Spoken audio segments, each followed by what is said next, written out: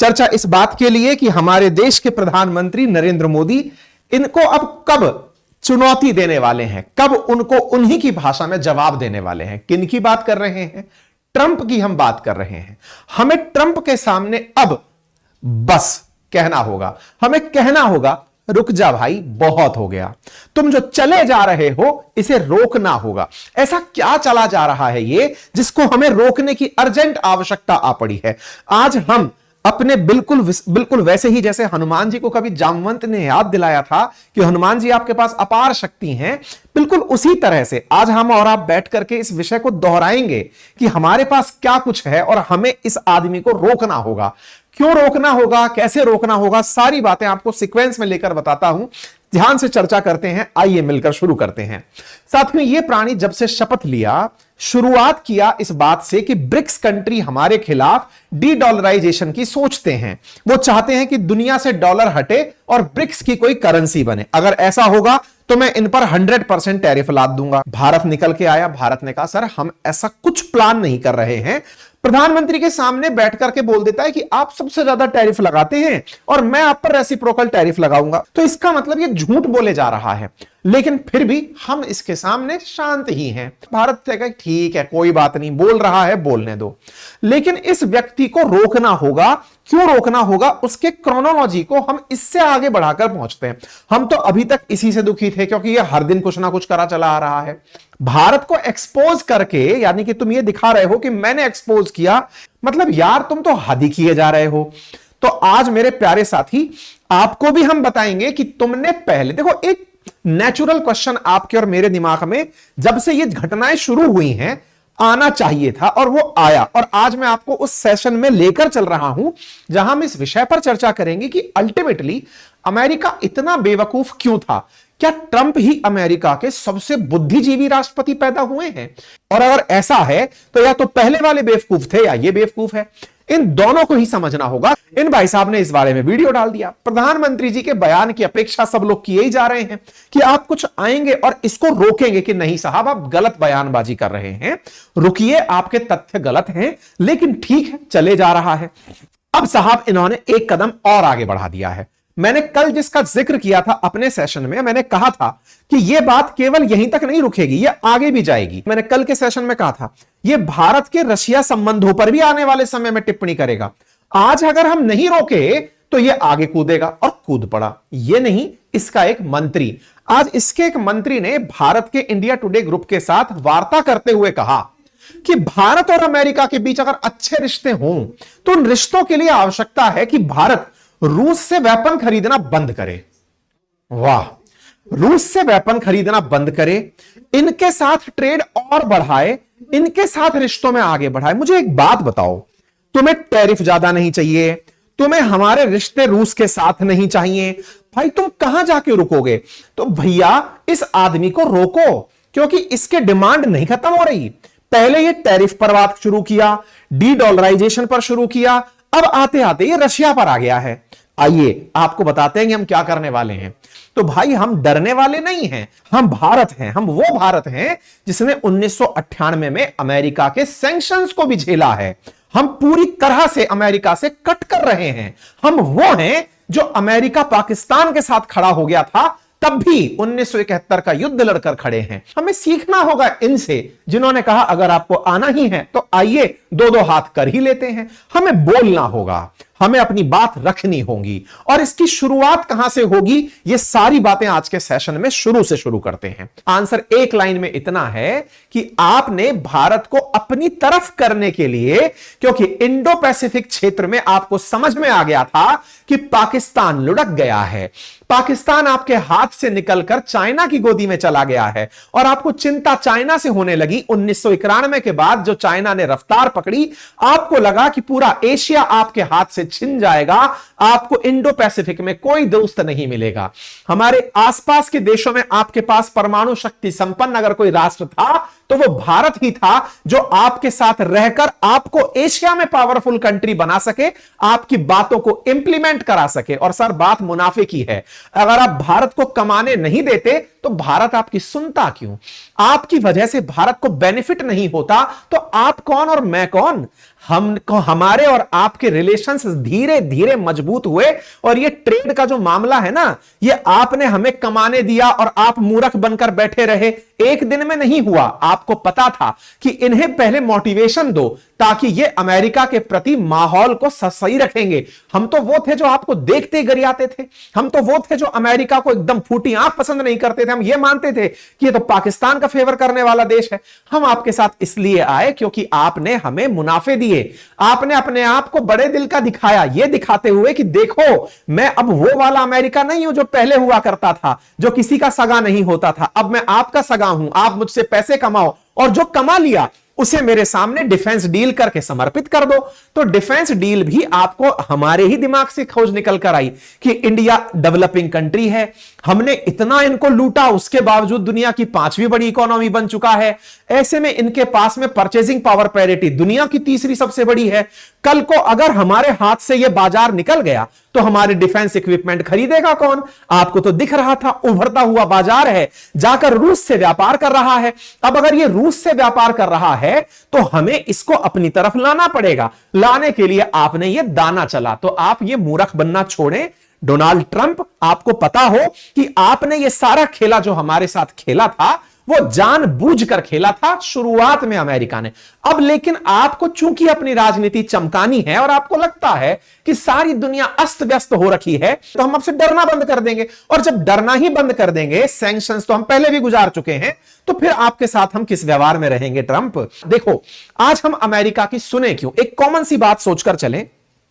आज हमसे कोई यह कहता है कि अमेरिका सैंक्शन लगा देगा, तो हमारे पसीने छूटते हैं और यार अमेरिका सैंक्शन लगा देगा। अरे भाई, सैंक्शन लगाने का अर्थ क्या है? सैंक्शन लगाने का अर्थ है आप हमसे व्यापार रोक दोगे, हमको व्यापार से होने वाला मुनाफा खत्म हो जाएगा। मुनाफा खत्म हो जाएगा तो हम डरते हैं।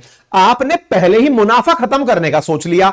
अगर मेरा आपके साथ मुनाफा खत्म हो गया तो मेरा डर किस बात का रहा? अगर ईरान को आज आपने पूरी तरह सैंक्शन करके पटक रखा है, अब उसको आपका डर नहीं रहता। आप तो छोड़ो, नॉर्थ कोरिया को आपका डर नहीं रहता। वो ये मानता है किम जोंग उन की आप आओगे हाथ मिलाने, और पिछली बार आप गए थे उसको संभालने के लिए कि भाई तेरे को तो कोई डर है ही नहीं, आज अब मैं ही तेरे से हाथ मिला लूं, पता चले किसी दिन तू गुस्से में बम फोड़ दे मेरे ऊपर।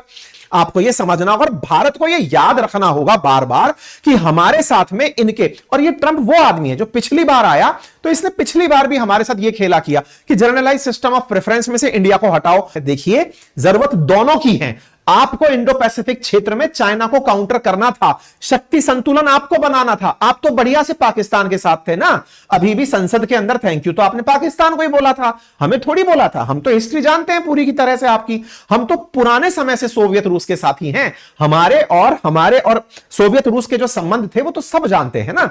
अगर हम बात करें चाइना की और पाकिस्तान की, इनकी दोस्ती जगजाहिर होने के बाद आप हमारी तरफ आए क्योंकि चाइना बहुत तेजी से बढ़ रहा था, पाकिस्तान उसकी तरफ चला गया, आपकी निगाहें हम पर आई क्योंकि दुनिया पर रशिया और अमेरिका कब्जा करने की चाहत लंबे समय से रख रही थी।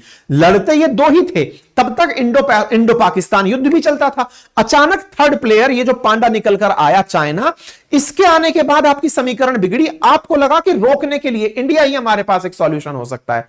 तभी तो 2017 में ट्रंप महोदय आप ही ने क्वाड को दोबारा जिंदा कराया था, जिसे चाइना ने कहा था कि ये तो दोबारा नाटो बना रहे हैं। तो ये जो नाटो बनाने की कवायद बाद में शुरू हुई, जिसमें आपने हमारे साथ में बाइडेन को भेजा, खुद भी रहे, जो क्वाड की मीटिंग्स हुई, क्यों बुला रहे थे भाई? अमेरिका, भारत, जापान और ऑस्ट्रेलिया को, ताकि आप चाइना को काउंटर कर सकें। और हम आपकी क्यों माने भाई? इसलिए आपकी इन 50 बकवासों को सुनते थे, अदरवाइज तो हमारे साथ रशिया ही बढ़ा था।